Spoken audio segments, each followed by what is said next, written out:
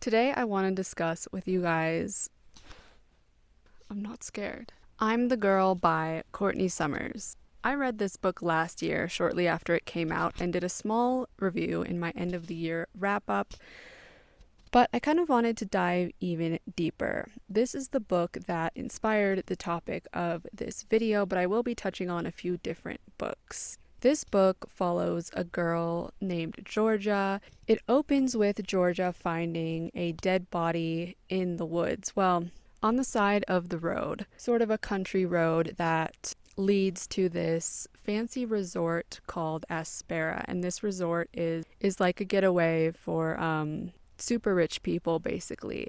And that's going to tie in to the main plot of the book. But the body she found is of a 13-year-old girl, and she teams up with this girl's older sister to try and kind of investigate this murder, even though this book really is not a murder mystery. It's more about Georgia's journey into working at this resort called Aspera. So this resort only hires like the most beautiful girls to work there, and they're known as Aspera girls, and these girls just kind of like cater to the rich and famous who go to this resort to hide away.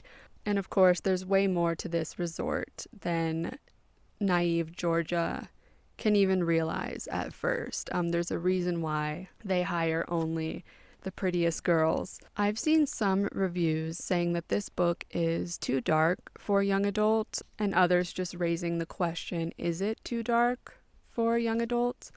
I said in my last review that this is like the polar opposite of a feel-good book. This is a feel-bad book because at the end you just feel disgusting, horrified.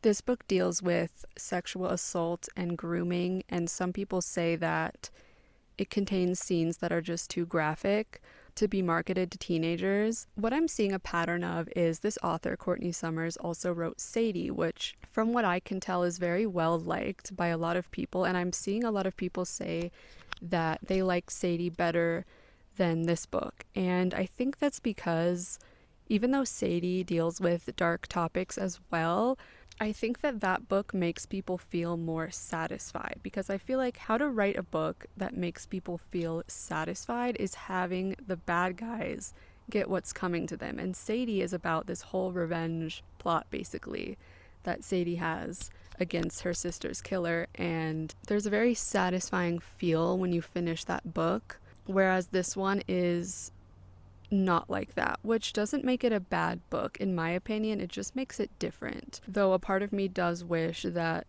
this book had an ending where, you know, the bad guys get taken down and this whole organization, this whole resort Aspera gets exposed and, you know, everything changes. But this book really isn't about that. It's about Georgia, our main character, kind of coming to terms with reality and what really has happened to her.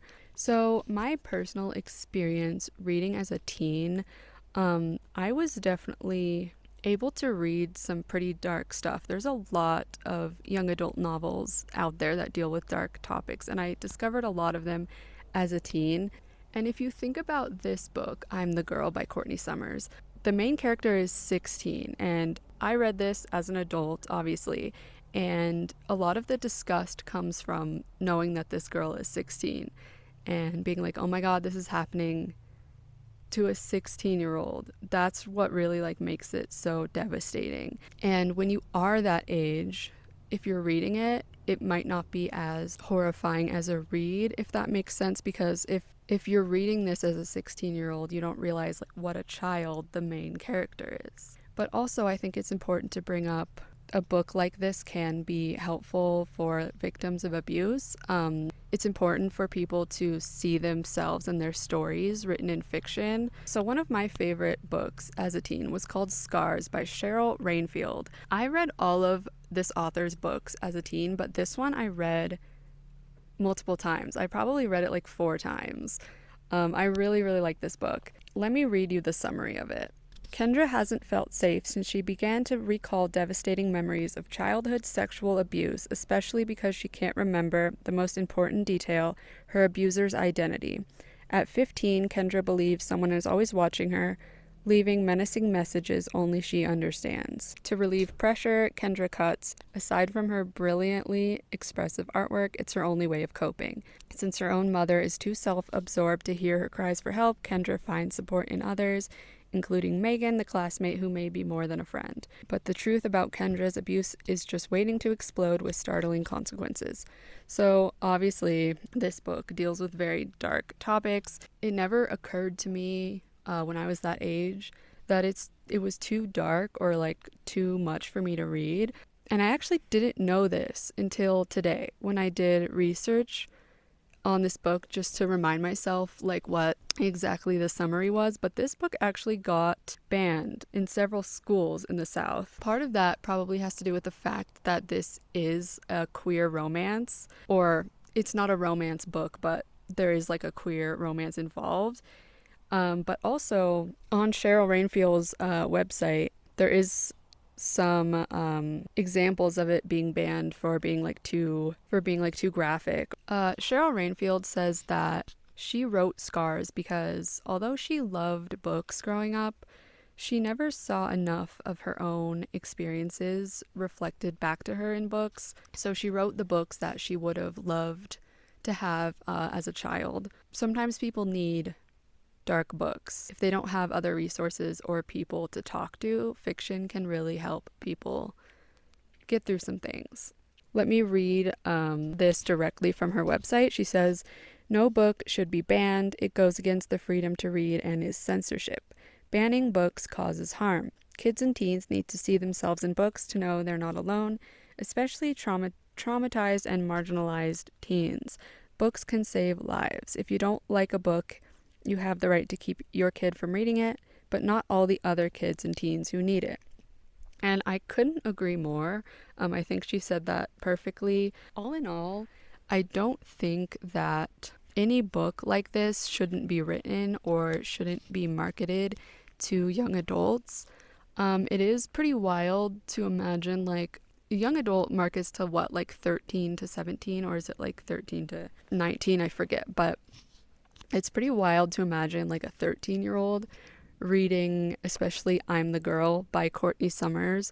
But I think at that point it's like up to the parents to allow their child to read that or not. I don't think that this book shouldn't have been written or marketed to young adults just because of that reason. I think that a book like this does have value and should exist. And yeah, I understand why people say it's too dark, but my overall opinion kind of goes against that. I'm in support of books like this existing. So yeah, I'd love to hear what you guys think on this topic. Did you guys read any really dark books when you were a teen? I remember like there was another one by Cheryl Rainfield that was called Stained, which was super dark. And I don't know, there was like that author Lori Halse Anderson who wrote Winter Girls and Speak. I specifically remember Winter Girls being a really dark one. I'm trying to think of others. Yeah, I read a lot of dark stuff as a teen, and it definitely didn't do me any harm. Okay, thank you for joining me in the woods at night. I hope the bugs didn't obstruct the view too much because they keep flying around my ring lights. Other than that, let me know what videos you'd like to see from me on this channel, and I'll see you guys next time.